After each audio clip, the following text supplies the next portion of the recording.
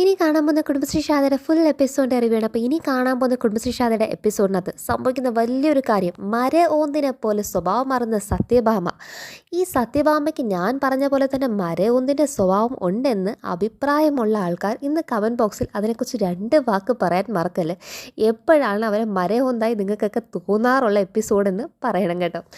അതുപോലെ തന്നെ ഈ ചാനൽ ആദ്യമായിട്ട് കാണുന്നവരാണെങ്കിൽ ചാനൽ സബ്സ്ക്രൈബ് ചെയ്യാനും ബെല്ലൈക്കൻ പ്രസ് ചെയ്യുന്നതിന് കമൻസും ഷെയർസ് ലൈക്സ് ചെയ്യാൻ ആരും മറക്കണ്ട. അപ്പോൾ എപ്പിസോഡ് തുടങ്ങുമ്പോൾ തന്നെ കാണുന്ന എല്ലാവരും ആകാംക്ഷ കാത്തിരിക്കുന്ന കാര്യം, ശാലിനി സത്യഭാമയുടെ ഭീഷണിയിൽ വഴങ്ങിക്കൊടുത്ത് ഒപ്പിട്ട് കൊടുക്കുമോ ആ ഡിവോഴ്സ് പെറ്റീഷനിൽ എന്നാണ് എല്ലാവർക്കും അറിയേണ്ടത്. എന്നാൽ ശാലിനി അവിടെ ഒപ്പിട്ട് കൊടുക്കുവാണ്. അതായത് സത്യഭാമ ശാലിനിയുടെ മുന്നിൽ വെക്കുന്ന അവസാന തടവ്, പിന്നെ അത്രമാത്രം സ്നേഹം ഇഷ്ടമെന്നല്ലേ നീ പറഞ്ഞു, അത് ഇപ്പോഴും ഇഷ്ടം എന്നാൽ നീ അതും തെളിക്ക് ശാലിനി എന്ന് പറയുമ്പോൾ ശാലിനി പറയുന്നുണ്ട്, സത്യഭാമ ഞാൻ എൻ്റെ ജീവൻ വേണമെങ്കിൽ ഇല്ലയെന്ന് വെച്ചിട്ട് വേണമെങ്കിൽ വിഷ്ണുവേട്ടനോടുള്ള എൻ്റെ സ്നേഹം എന്താണെന്ന് എനിക്ക് തെളിയിക്കാൻ പറ്റുമെന്ന് പറയും. നിൻ്റെ ജീവനൊന്നും എനിക്ക് വേണ്ട, പകരം ഇതിലൊരു ഒപ്പിട്ടാൽ മാത്രം മതി, ഒപ്പിട്ടിട്ട് ഈ പണവും പൈസയും എല്ലാം നിനക്ക് കൊണ്ടുപോകുന്ന പറയുമ്പോഴത്തേക്കും ശാലിനി പറയുന്നുണ്ട്, എനിക്ക് ഈ പൈസ ഒന്നും വേണ്ട.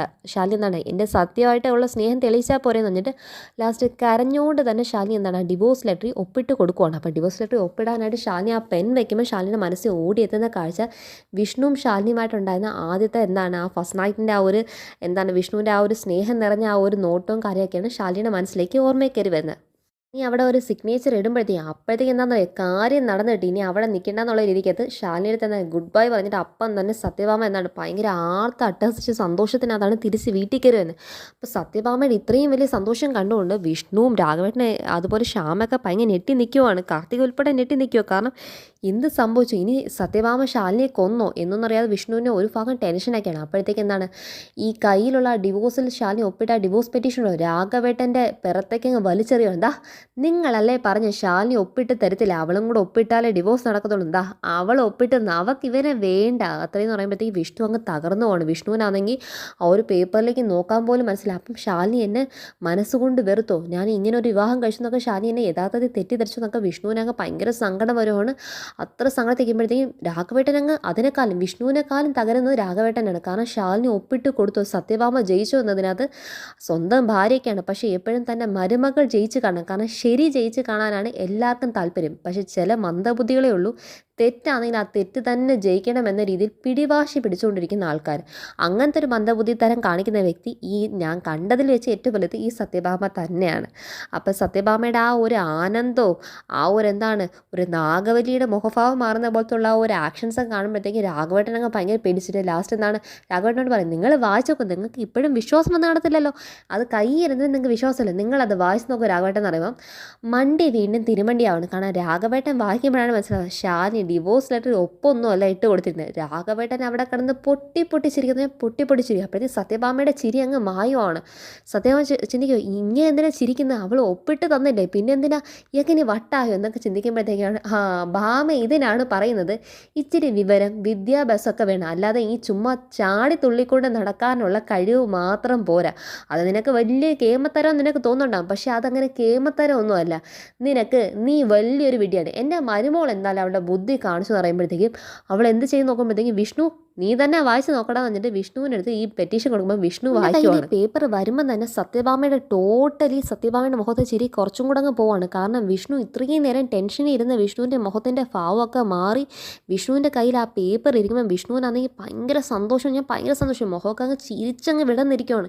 ഇത് കണ്ടിട്ട് കാർത്തിക്കൊന്നും മനസ്സിലാകും, കാരണം ഇനി ശാലിനി ഒപ്പിട്ട് കൊടുത്തില്ലേ ഒന്നും മനസ്സിലാതെ അവിടെ കാർത്തിക് ഒരറ്റത്ത്, അതുപോലെ കുഞ്ഞേച്ചി യഥാർത്ഥത്തിൽ ഡിവോഴ്സിനകത്ത് സൈൻ ചെയ്ത് കൊടുത്തോ എന്നൊരു ടെൻഷൻ. കാരണം കുഞ്ഞേച്ചി തന്നെയാണ് പറഞ്ഞത് വിഷ്ണുവേട്ടൻ മറ്റൊരു വിവാഹം കഴിച്ചിട്ടില്ല എന്നൊക്കെ പറഞ്ഞിട്ട് കുഞ്ഞിച്ചി ഇതിനകത്ത് ഒപ്പിട്ട് കൊടുത്തോ എന്ന് പറഞ്ഞിട്ട് ശ്യാമ ഒരായിട്ടും ടെൻഷൻ അടിച്ചിരിക്കുമ്പോഴാണ് വിഷ്ണു ഇത് വായിക്കുന്നത്. നീ വായിക്കണം എന്ന് പറയുമ്പോഴത്തേക്കും വിഷ്ണു വായിക്കുമ്പോഴത്തേക്കും ഈ വിഷ്ണു വായിക്കുന്ന ഓരോ വാക്കും അത് ശാലിനി തന്നെ അവിടെ സത്യഭാമയുടെ വീട്ടിൽ വന്ന് നിന്ന് പറയുന്ന പോലെയാണ് ഈ സത്യഭാമയ്ക്ക് എല്ലാവർക്കും തോന്നുന്നത്. അപ്പോൾ ശാലിനി അവിടെ നിൽക്കുന്ന പോലെ സങ്കല്പം വരും. അപ്പോൾ ശാലിനി പറയും, എനിക്ക് എൻ്റെ വിഷ്ണുവേട്ടനെ അത്രമാത്രം ഇഷ്ടമാണ്, എൻ്റെ പ്രാണനെ പോലെ എനിക്ക് സ്നേഹമാണ്, വിഷ്ണുവേട്ടനെ ഒരു കാലത്തും വിട്ടു തരാൻ എനിക്ക് ഒരു ഉദ്ദേശവും. കാരണം ശാലിനി പറഞ്ഞില്ലേ, അത് ഞാൻ വേണമെങ്കിൽ കാർത്തിക് അങ്ങോട്ടേക്ക് ഒരു ബ്ലാങ്ക് ചെക്ക് എഴുതി തരാൻ, അതേ സ്പിരിറ്റിൽ തന്നെ ശാലിനി അത്രമാത്രം എത്ര വിഷ്ണുവിനെ താൻ സ്നേഹിക്കുന്ന കാര്യമാണ് അവിടെ ഡിവോഴ്സിൽ ഒപ്പിടുന്നതിന് പകരം ശാലിനി എഴുതി കൊടുത്ത കാര്യങ്ങളൊക്കെ. ഇതിനാണ് പറയുന്നത് സ്വല്പം വിവരം വിദ്യാഭ്യാസമൊക്കെ സത്യഭാമയ്ക്ക് വേണമായിരുന്നു, അല്ലാതെ ഈ പലിശപ്പണം മാത്രം മേടിച്ചുകൊണ്ടാൽ പോരായിരുന്നു. അപ്പോഴത്തേക്ക് ഇത് കേട്ടിട്ട് സത്യഭാമ അവൾ ഇങ്ങനെയാണോ, അവൾ എന്നെ ചതിച്ചോ, എന്നാൽ സാരം പറഞ്ഞിട്ട് ഈ പേപ്പർ മേടിക്കും, ഇനി അടുത്ത മണ്ടത്തരം ഇത് വീണ്ടും വക്കീലിനെ ഏൽപ്പിക്കാനാ വിഷ്ണു പറഞ്ഞു, അമ്മ ഇതിനി കൊടുത്തിട്ട് കാര്യമില്ല, ഇതിനി കോടതിക്കകത്ത് എടുക്കത്തില്ല, കാരണം തൻ്റെ ഭാര്യ തന്നെ എത്രമാത്രം സ്നേഹിക്കുന്നു എന്ന് എഴുതി വെച്ചാൽ അതെങ്ങനെയാണ് ഡിവോഴ്സാണ്? ഡിവോഴ്സ് പറഞ്ഞാൽ അതും പരസ്പരം സമ്മതത്തിൽ പിരിയാനുള്ളതല്ലേ. ഇപ്പോൾ അതിനല്ലല്ലോ, പരസ്പരം എത്രമാത്രം സ്നേഹിക്കുന്നു അല്ലേ ശാലിനി ഇത് എഴുതി പിടിപ്പിച്ചിരിക്കുന്നത്. ഇതുകൊണ്ട് ഡിവോഴ്സ് കിട്ടത്തില്ല അമ്മേ എന്ന് പറയുമ്പോഴത്തേക്കും സത്യഭാമയ്ക്ക് അവളെന്നെ വീണ്ടും പറ്റിച്ച്.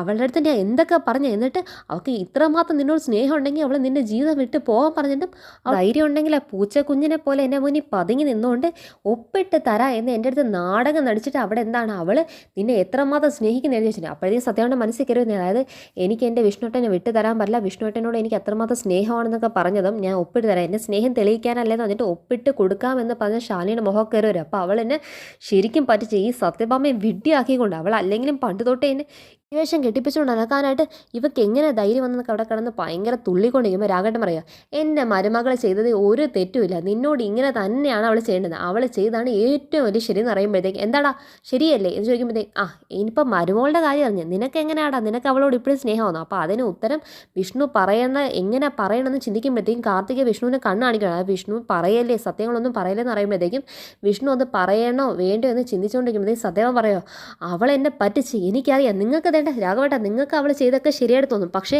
എന്നോട് അവൾ കാണിച്ച ഭയങ്കര വലിയ ചതിയാണ്, അവൾ ചതിക്കാൻ മാത്രമേ പഠിച്ചിട്ടുള്ളൂ എന്നിട്ട് നേരെ അങ്ങ് റൂമിൽ കയറി പോകണം. ഇത് കണ്ടിട്ട് ശ്യാമയ്ക്ക് ഭയങ്കര സന്തോഷം, ശ്യാമയ്ക്ക് ഭയങ്കര സന്തോഷം, വിഷ്ണു അതിനേക്കാളും ഹാപ്പി. എന്നിട്ട് വിഷ്ണു മനസ്സിൽ ചിന്തിക്കുന്നുണ്ട്, എനിക്കറിയാവുന്ന ശാലിനി താൻ ഒരിക്കലും അമ്മ പറയുന്ന വാക്ക് കേട്ട് എന്നെ വേണ്ട എന്ന് വെക്കത്തില്ല, തനിക്ക് എന്നെ ഒരിക്കലും ഉപേക്ഷിക്കാനായിട്ട് പറ്റത്തില്ലടോ എന്നൊക്കെ എനിക്കറിയാമെന്ന് വിഷ്ണു മനസ്സിൽ ചിന്തിച്ച് അവിടെ ഭയങ്കര സന്തോഷത്തിരിക്കുകയാണ്.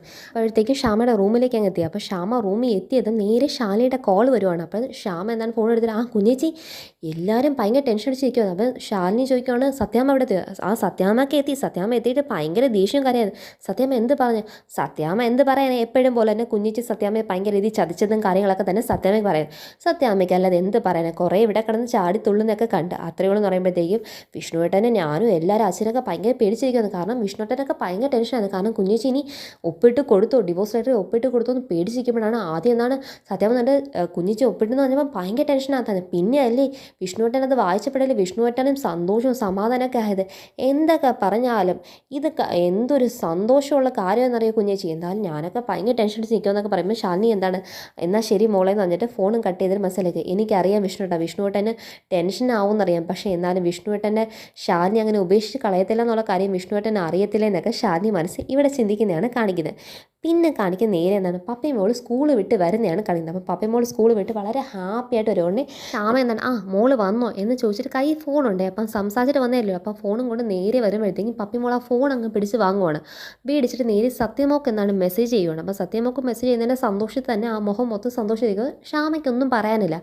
ഇത് കണ്ടുകൊണ്ടാണ് പുറത്തേക്ക് ഇറങ്ങി വന്ന് ഈ സത്യമാമ. അപ്പോൾ സത്യമാമ നോക്കുമ്പോഴത്തേക്ക് ഇവൾ ആർക്കാ മെസ്സേജ് എന്ന് അറിയാനായിട്ട് ഫോൺ അങ്ങ് മേടിച്ച് പിടിക്കുക. മേടിച്ച് നോക്കുമ്പോഴത്തേക്കും സത്യയുടെ പേര് കാണുമ്പോഴത്തേക്കും ഒറ്റയടിക്ക് മനസ്സിൽ ഓർമ്മ വരുന്ന കാര്യം ഇന്ന് ശാലിനി ചെയ്ത പ്രവർത്തനം. എന്നിട്ട് രാഘവട്ടൻ എന്താണ് ഇവിടെ കിടന്ന് ഭയങ്കര ആർത്തട്ടസ് ചിരിച്ചത്, തന്നെ നാണം കെടുത്തിയത്, കാര്യങ്ങളൊക്കെ ചിന്തിക്കുക. അപ്പോൾ രാഘവട്ടൻ തന്നെ കളിയാക്കിയതും ശാലിനി കാരണമാണെന്നുള്ളതിൻ്റെ ആ ഒരു മനസ്സിൻ്റെ ആ ഒരു വികൃത ചിന്താഗതിയൊക്കെ കൊണ്ട് നടക്കുമ്പോഴത്തേക്കും ശാലിനി എന്താണ് ഞാൻ വിഷ്ണുവിനെ പറ്റിച്ചിട്ടില്ല എന്ന് പറഞ്ഞ എല്ലാം മനസ്സിൽ കയറിയും ഭയങ്കര ദേഷ്യമില്ല. ആ ദേഷ്യത്തിനകത്ത് നിന്നോടല്ലേടി പറഞ്ഞിട്ടുള്ള ഇവളോട് സഹരിക്കാൻ പാടില്ല, സ്കൂളിൽ മാറ്റിയെത്താൻ അതിന് ആ പ്രിൻസിപ്പൽ കേട്ടില്ലല്ലേ, ഞാൻ നാളെ വരുന്നുണ്ട് നിൻ്റെ സ്കൂളിലേക്ക്, ഞാൻ അങ്ങോട്ടേക്ക് വരുന്നുണ്ട്, മാറ്റി ഇരുത്തണം, ആരും തമ്മിൽ സംസാരിക്കാൻ പാടില്ല എന്നിട്ട് ഇപ്പോഴും നീ അവളെയും കുറിച്ച് ചിന്തിച്ചുകൊണ്ട് അവളുടെ കൂടെ കൂട്ടും കൂടി നടക്കുമോ, നിനക്ക് നാണമില്ലേ, നിന്നോട് ഞാൻ പലവട്ടം പറഞ്ഞിട്ട് അവളെ കൂട്ടുകൂടാൻ പാടില്ല എന്നിട്ട് നേരെ ഈ ഫോൺ മേടിച്ച് പിടിച്ച് എറിഞ്ഞങ്ങ് തറയിട്ടങ്ങ് പൊട്ടിക്കുക. അപ്പം പപ്പിമോളിങ്ങനെ ഞെട്ടി നിൽക്കുക. അച്ഛമ്മ എന്തോ ചെയ്ത് അമ്മ അതുപോലെ തന്നെ പേടിച്ച് നിൽക്കുക. കാരണം എന്തോ ഈ സത്യാമ്മ എന്താണ് ഈ ഫോൺ വരെ എറിഞ്ഞ് പൊട്ടിക്കുന്നോ. അപ്പോൾ അത്രമാത്രം ദേഷ്യവും സത്യമോളുടെ കാര്യത്തിനകത്ത് നിന്ന് അത്രയും ടെൻഷൻ ഈ ക്ഷാമയിൽ നിൽക്കുമ്പോഴത്തേക്കും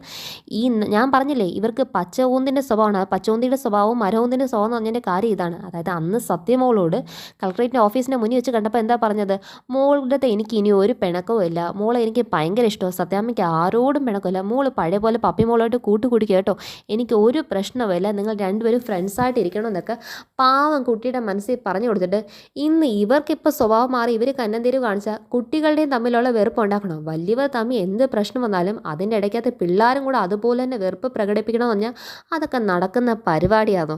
അപ്പോഴത്തേക്ക് എന്താണ് ആ ദേഷ്യമൊക്കെ കണ്ട് പപ്പിമോൾ അവിടെ ഞെട്ടി നിൽക്കുമ്പോഴത്തേക്ക് നിന്നോട് പല വട്ടം ഞാൻ പറഞ്ഞിട്ടുണ്ട് ആ അഹങ്കാരിയോട് സഹരിച്ച് പോകുമല്ലേ, നിനക്ക് ഈ ലോകത്ത് കൂട്ടുകൂടാൻ അവളല്ലാതെ മറ്റാരെയും കിട്ടിയില്ലേ എന്നൊക്കെ പറഞ്ഞ് ഭയങ്കര അവിടെ കിടന്ന് വഴക്ക് പറഞ്ഞ് ലാസ്റ്റ് പപ്പിമോളെ കീറിപ്പോടി എന്ന് നോക്കാന്ന് പറഞ്ഞാൽ അകത്തേക്ക് പപ്പിമോളെ കയറി വരുന്നു. പപ്പിമോളെ കരഞ്ഞുകൊണ്ട് എന്താണ് അവിടെ നിൽക്കുന്ന കാണുമ്പോൾ നിൻ്റെ ഈ കരച്ചിലൊന്നും കണ്ട് ഈ പൂങ്കണ്ണീര് കണ്ടൊന്നും ഞാൻ മയങ്ങത്തൊന്നും ഇല്ല, കയറിപ്പോകുന്നു എന്നിട്ട് നേരെ അകത്തേക്ക് വഴക്ക് പറഞ്ഞ് കയറ്റി വിടുന്നതും ശ്യാം അതിൻ്റെ പിറകെ കയറിപ്പോകുന്നു. ശ്യാമ ചിന്തിക്കുന്നുണ്ട്, ഇവർക്കൊരു പണി കൊടുത്തേ പറ്റത്തുള്ളൂ, അതിന് മറ്റേവർക്കൊരു പണി കൊടുക്കണം എന്ന് മനസ്സിൽ ചിന്തിച്ചുകൊണ്ട് തന്നെ ശ്യാമ അകത്ത് കയറി പോകുന്ന കാണിച്ചാണ് ഇനി കാണിക്കാൻ പോകുന്ന കുടുംബശ്രീ ഷാദയുടെ ഫുൾ എപ്പിസോഡ് എൻ്റെ ചെയ്യുന്നത്. അപ്പോൾ ഇതാണ് ഇനി വരാൻ പോകുന്ന കുടുംബശ്രീ ഷാദയുടെ ഫുൾ എപ്പിസോഡ്. ഇപ്പോൾ എല്ലാവരും കാണുമോ, ചാനൽ ലൈക്ക് ചെയ്യാനും സബ്സ്ക്രൈബ് ചെയ്യാനും ഇതിന് കമൻസ് ഷെയർസ് ലൈക്സ് ചെയ്യാൻ ആരും മറക്കണ്ട കേട്ടോ. ബൈ.